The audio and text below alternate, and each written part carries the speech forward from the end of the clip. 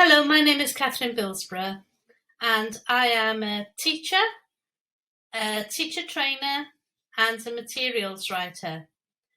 And I'm also one of the co-founders of ELT Footprint, the community for all ELT professionals interested in how we can make our work more sustainable, how we can teach about the environment, and how we can ourselves find and share ideas to model good practice.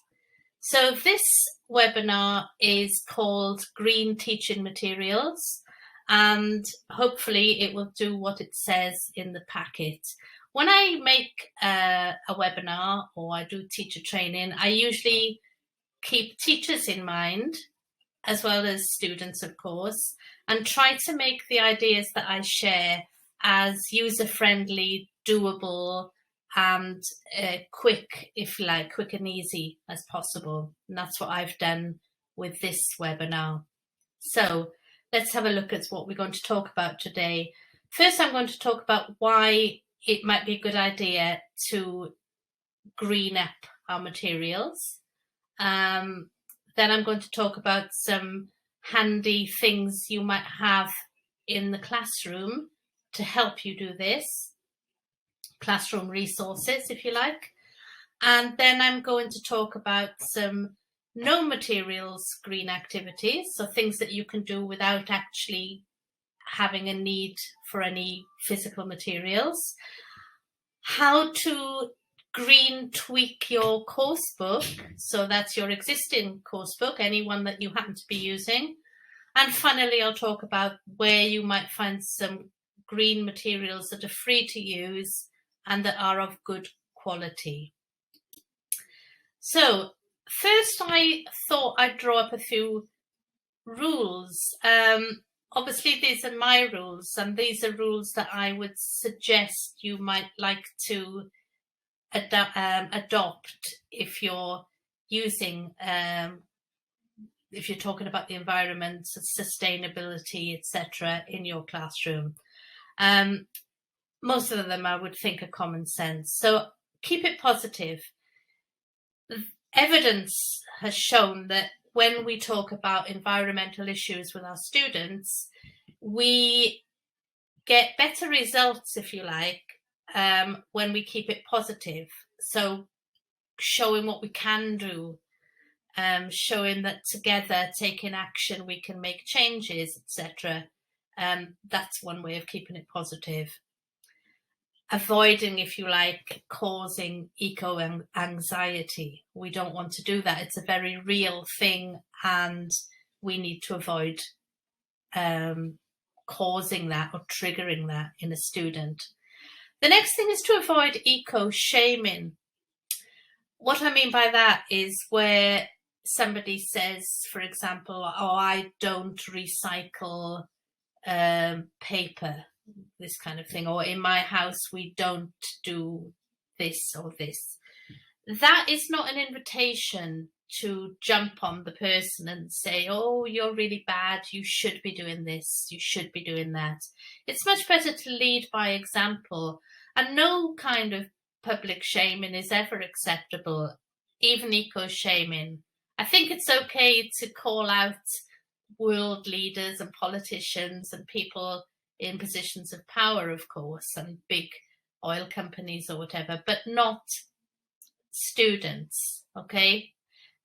Because we can all do small things, but maybe we won't all be doing everything, and that's something to keep in mind. Make it relatable. So anything that you're talking about in the classroom should be relatable for the students in order for them to engage and to feel motivated and to feel that it's worthwhile.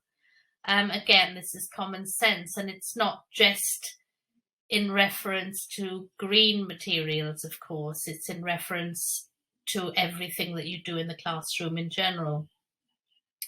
Involve the students as much as possible.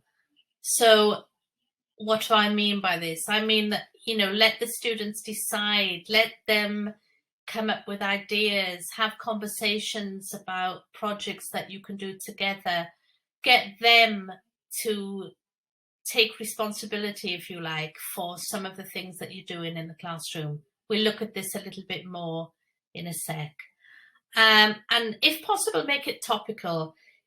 If a subject is immediately recognised as being something that's in the news or being talked about in the community, maybe in the school, maybe in the town where you live or the country, this will have an added dimension too and help to make it more motivated, because students will be able to see how what they're learning and talking about in the classroom relates to the real world and is in fact useful.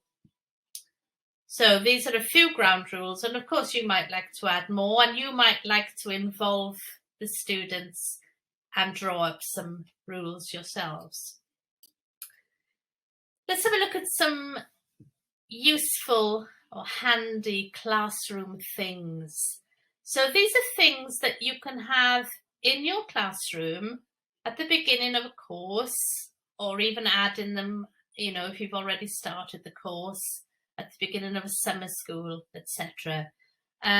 Things to think about, things that will be a constant presence in the classroom and that you can refer to again and again. So not just a one-off, one-time thing. So the first thing I've put here is a green pledge. So a pledge is like a promise. Lots of teachers are using pledges. Individuals are writing pledges, green pledges. Institutions, schools, publishers, organisations are writing pledges. And there's nothing to stop you drawing up a classroom pledge with all of your students together, getting them involved, getting them to do it, or maybe individual pledges. I promise that I'm going to do this or do this, or I'm not going to do this or do this. I'm going to do less of this, more of that, this kind of thing. And if we have the pledge there, we can refer to it, we can remind ourselves, we can revisit it regularly and think about how it's working, if you like, how doable it is. The next thing is a green vocab box. So lots of teachers have a vocabulary box or a vocabulary jar or a bag, especially with young learners, but I think vocabulary boxes are great for all classes, all contexts. So a traditional vocabulary box would just have words written on pieces of paper or card put into the box, new words that can be added to as you go through the course, if you like. So each time some new words come up, a student can write them, or different students each time, maybe on separate pieces of card, put them in the box, and then this becomes a resource for playing games, for doing all kinds of different activities.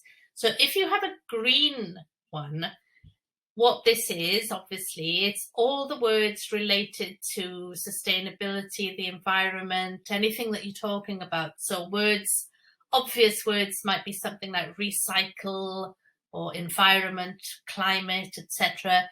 But you might decide to add other words that come up as you're talking about these things. They might not be instantly recognizable as a green word, if you like, but they might be useful, and they can go in as well.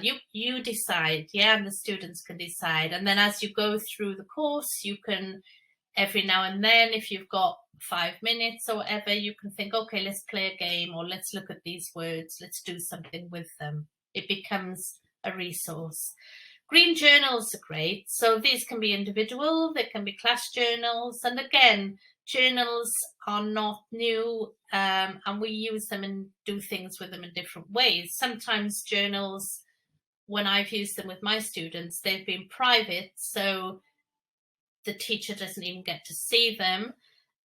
Sometimes you can ask them if they want to share their journal or show their journal. Usually with journals, we don't correct the language, if you like, but they might be a good starting place to look at language. And a green journal might be something as simple as saying at the end of the day, write one environmentally friendly thing that you did today, or write one thing that you noticed, write some new words, something to do with environmental issues, sustainability. A green wonder wall. I don't know if you know what a wonder wall is. I think I might have invented this at some point. So a wonder wall is a wall or a space in the classroom, like a poster or whatever, where students can write questions. It's linked to inquiry-based learning. So if you have a green wonder wall, as a question comes up, or as a student is thinking about or wondering about something, they write it down on a post-it or whatever and stick it on the wall, so that you end up with lots of questions or wonder, I wonder. And then what you can do, of course, is you can give students the opportunity to look at that wonder wall and to choose one of the questions or queries and to go off and research it and find out the answer. There are lots of things you can do with a wonder wall. Another thing is a KWL chart. So that's it's a 3-column chart. In the first column, you write what I know about a topic. So students might start off writing what they know about how to save the planet. And then what they want to find out, the W.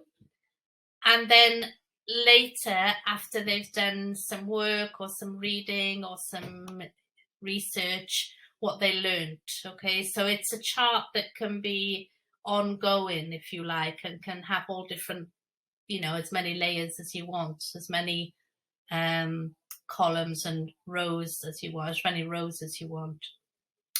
The next thing is a green photo gallery. This is one of my favorites, and it's so simple. And you can do this online, of course, in a digital classroom quite easily in something like, my brain's gone dead now, but one of the shared canvases that you can use with your students. So they put up images of environmentally interesting pictures or just nature. Flower, a plant, a tree, something they see on the way to the lesson, whatever, you decide. And then a green sharing space. So this can be a similar kind of gallery or space where people share ideas, links, newspaper articles, images, comments, quotations, podcast ideas, or something they want to recommend, whatever.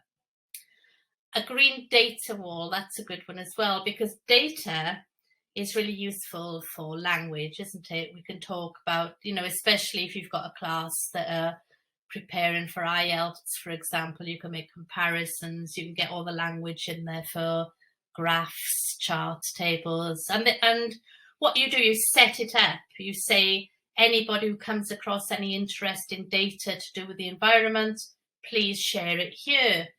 And maybe give them a number, say that, this month I'd like everybody to share 3 things, something like this.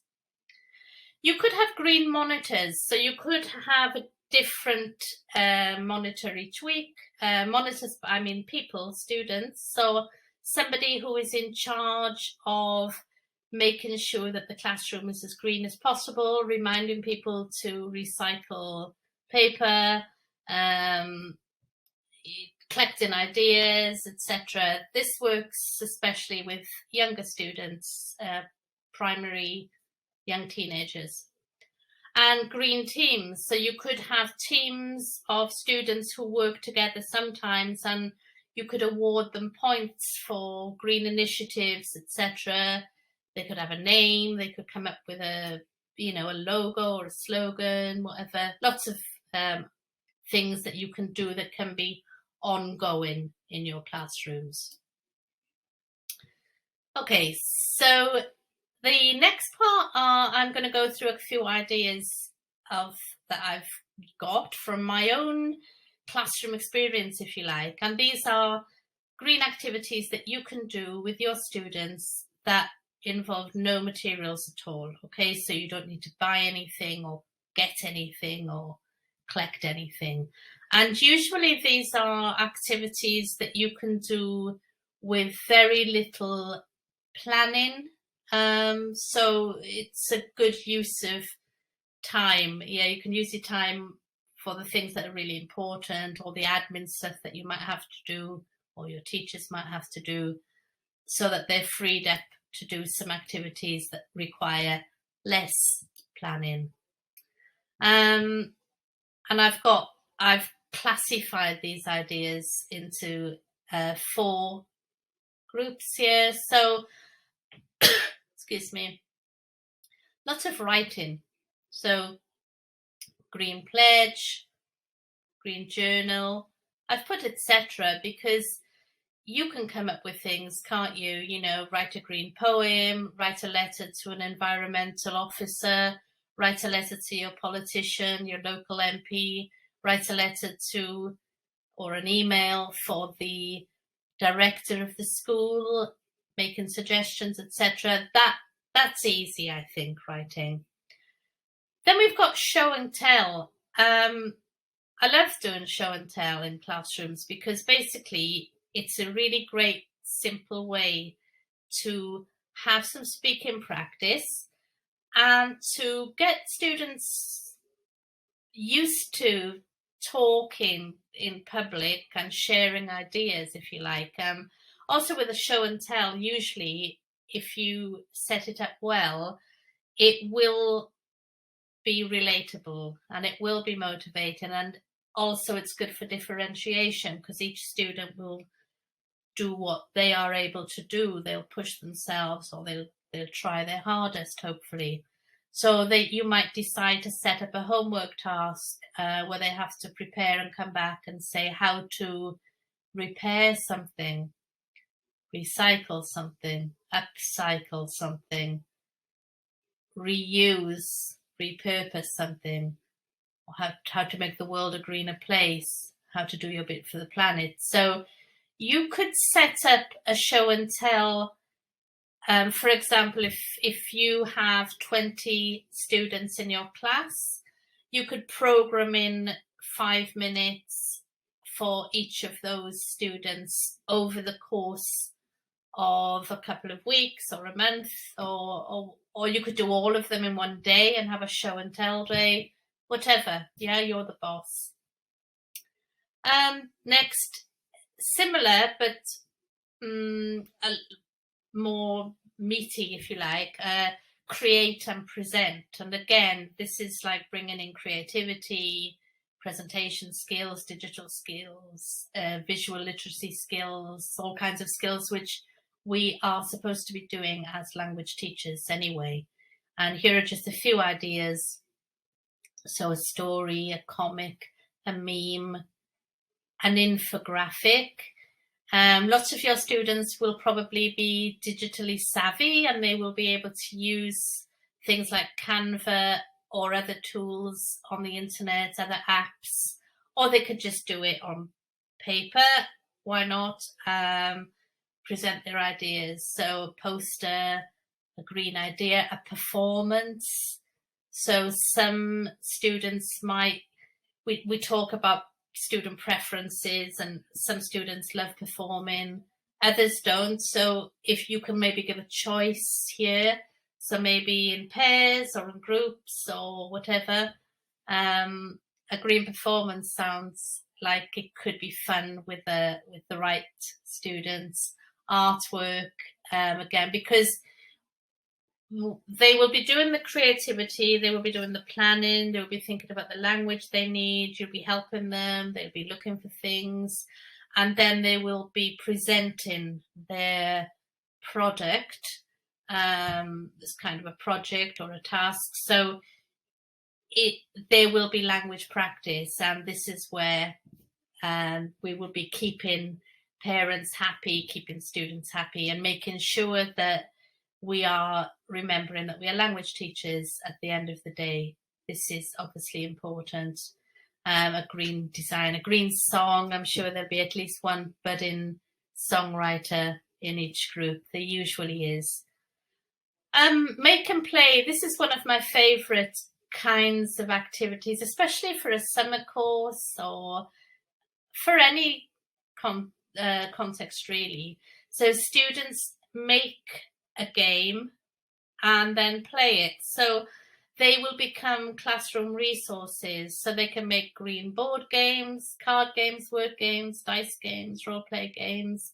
So the best way of doing this usually is by giving an example. So taking an existing game and talking about how you can change it into a green game.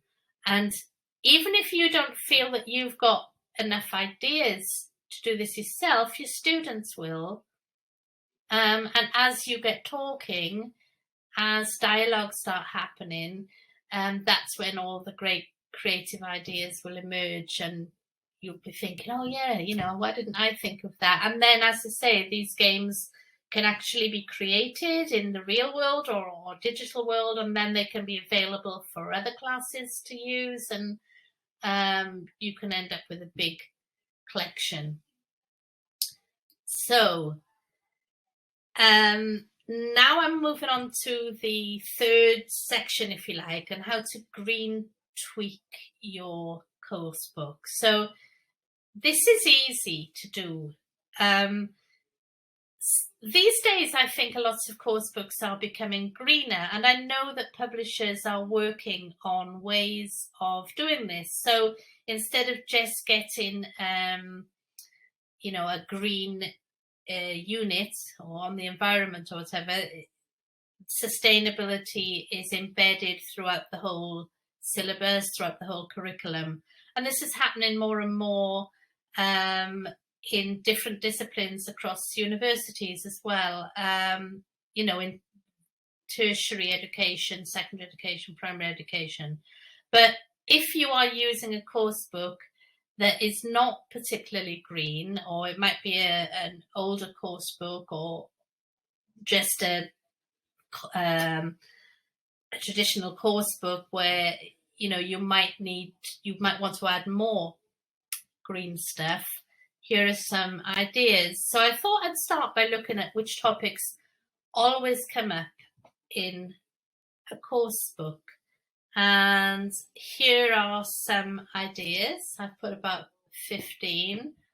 So you can look at these and think of what these topics are, but I'll say a few of them. So we've got sport, food, animals, transport. I'll go through them. Shopping, fashion, entertainment, books, literature, music, technology, the future.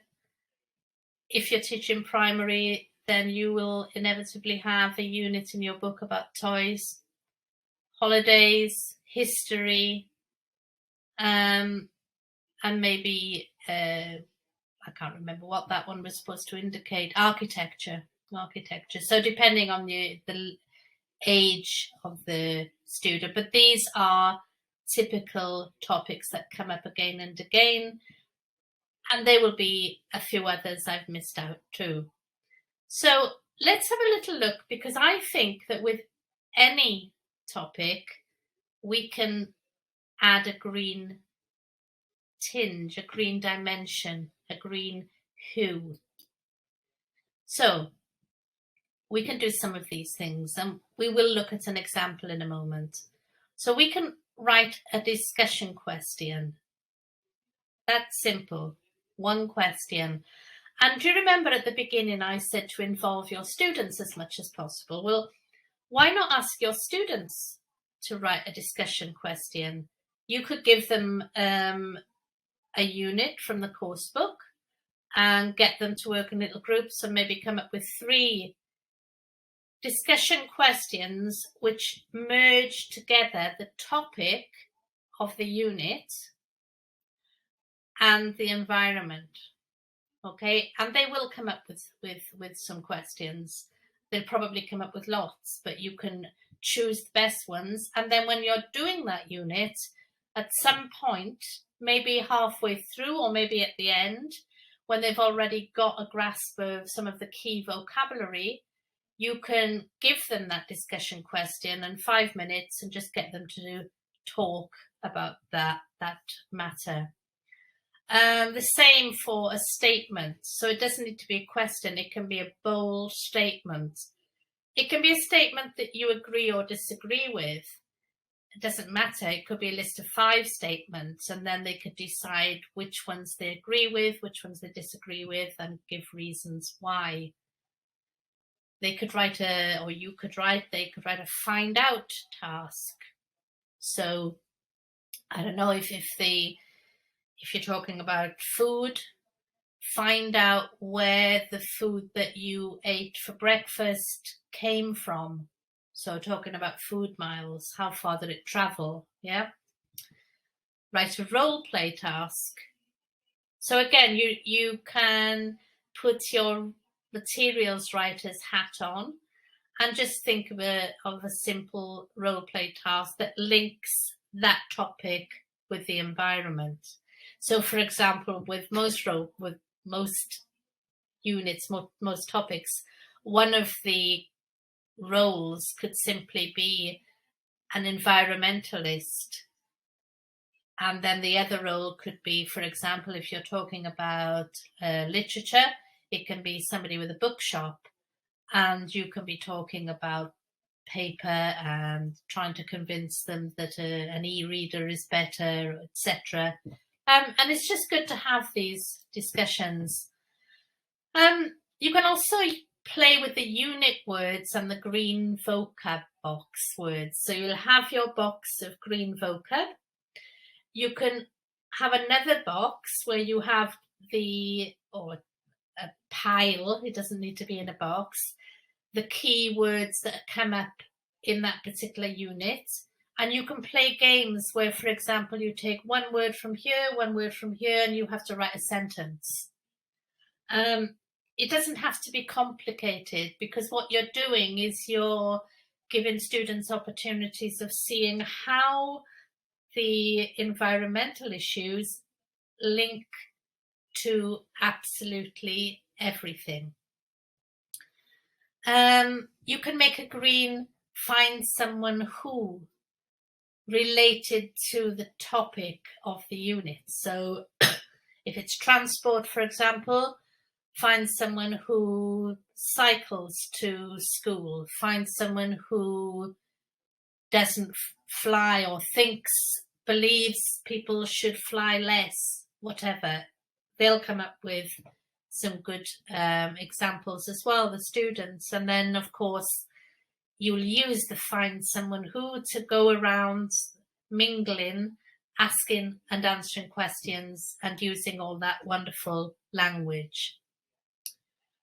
Make green exit cards. So an exit card is, if you're not familiar with it, it's something that you have to do or say before you leave the classroom. So it can be a simple task, it can be a sentence, it can be an idea, it can be something they write, it can be something they say. But on the way out, before they leave the lesson, before being allowed to leave the lesson, at the end of the class, they have to each come up with something. So, for example, if the topic was holidays, maybe they have to come up with an idea for an environmentally friendly holiday location, or it depends, obviously, on the level, on the age, etc.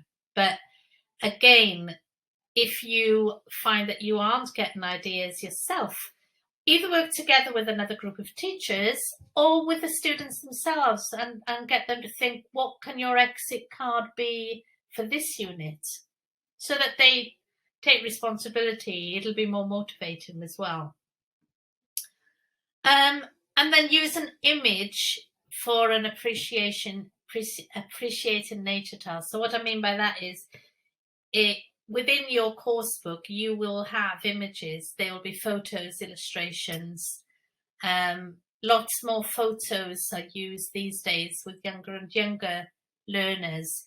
So if you see an image within a unit that's got any evidence of the natural world, so it doesn't necessarily need to be a landscape, it can be a picture of a desk with an apple or something, just use it to get students to appreciate nature, to get them to notice, to get them to talk, even in an exaggerated way, like how beautiful is that tree, or where have they seen a plant like this, or it doesn't really matter, but just make them aware of the beauty of nature within any image that they come across throughout the course book. If you do it once and then twice, they'll start doing it. You can say, what do you notice about this photo? And they will come up with it themselves.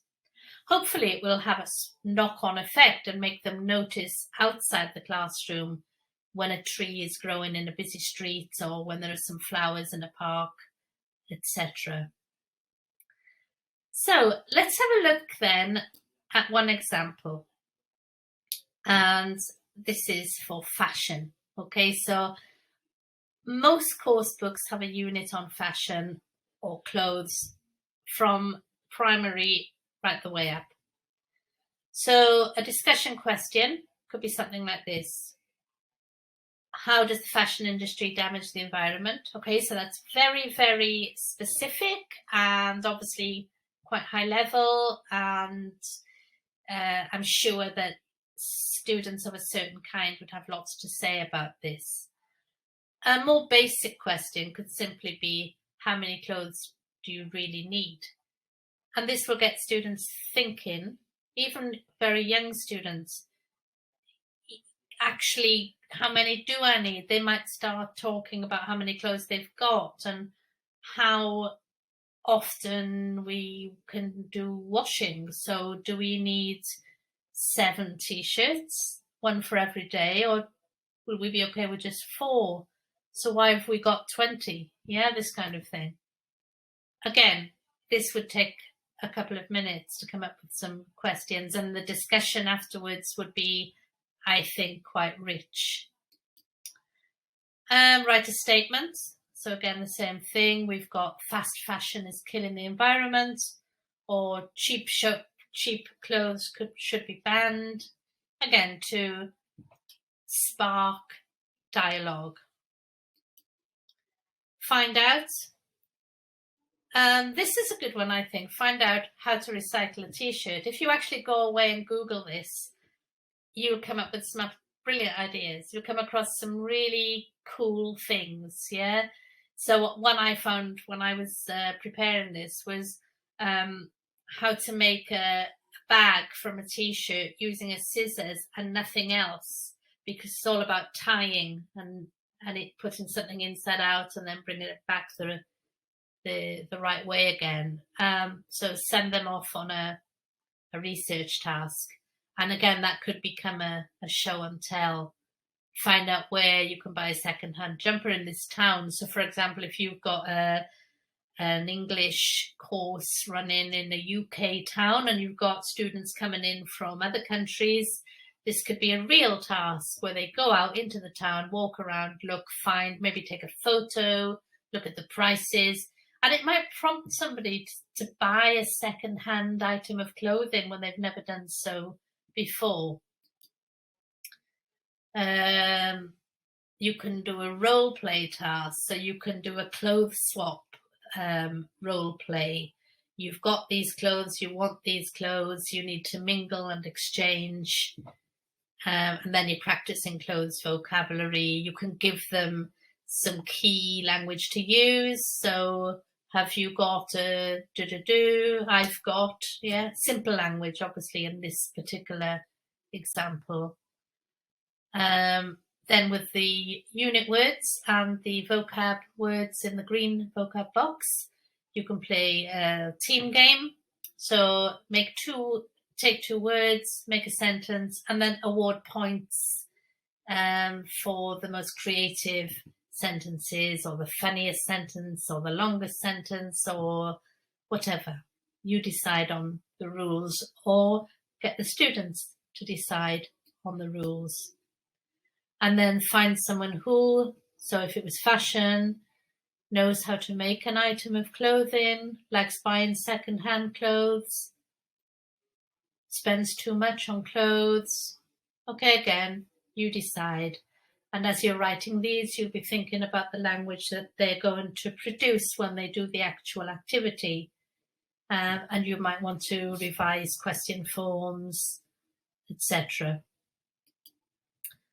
Green exit cards again. Maybe you can ask them on a Friday what you're going to do that's green over the weekends, and they have to come up with one sentence. I'm going to upcycle my old jeans. And then on the Monday you can ask them if they did do this. Maybe they did, maybe they didn't. It doesn't matter. I mean, obviously it's nice if they do, but if they didn't, you are having the language practice, you're getting them thinking. They'll be listening to each other, so they'll be getting ideas. And even if a few habits change, I think that's a winner. Use an image. So again, here I've linked it with a role play of a nature lover, where you can show them a photograph maybe of a fashion shoot, and you can give examples. You can act excited. Yeah. Oh, look, hundreds of sea creatures live in that ocean, and get them all to role play being nature lovers and saying what they would say if they came across this photograph, or maybe the real scene. Okay, so look at that mountain, it's amazing. The language doesn't have to be particularly high level. So on to the last section here, and I'm just going to highlight a few places where you can find some free green materials. Before I mention them and show you to them, there are lots of people creating free materials online, and lots of them are excellent, but not all of them are. Some of them are flawed, and it's difficult sometimes to know where you can get excellent materials or good quality or not flawed materials.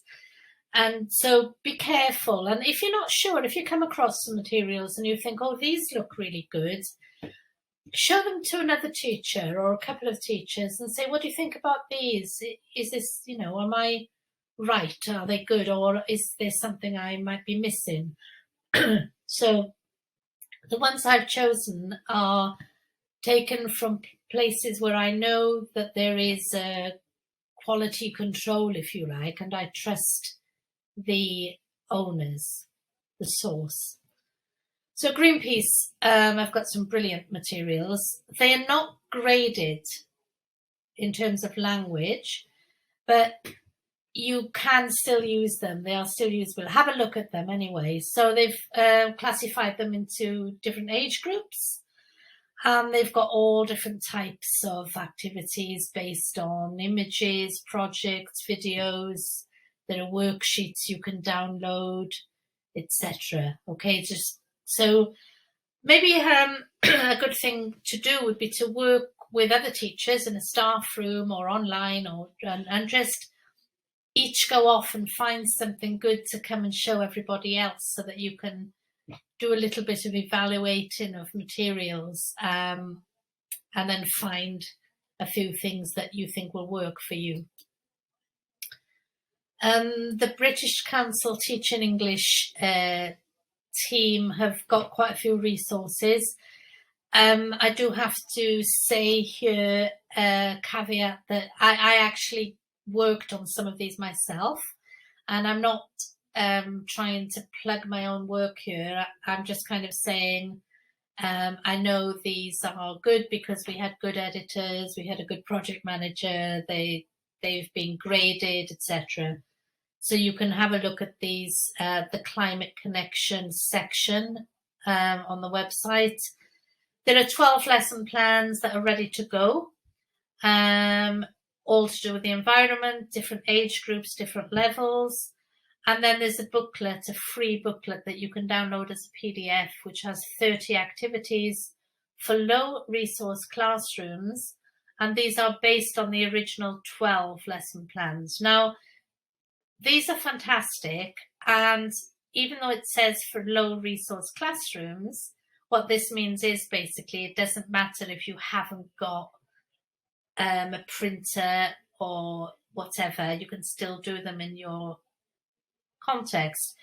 But even though they're for low resource classrooms, it doesn't mean to say that you can't use them if you've got a classroom with lots of resources, because sometimes it's just nice to go back to basics, and these things work well. And there's a podcast series, and there are also some resources linked to something called The Winners, which was a video competition that young people made videos all around the world about the environmental work that they're doing, and resources have been made around these videos for teachers to use. There's a lesson plan, worksheets, etc.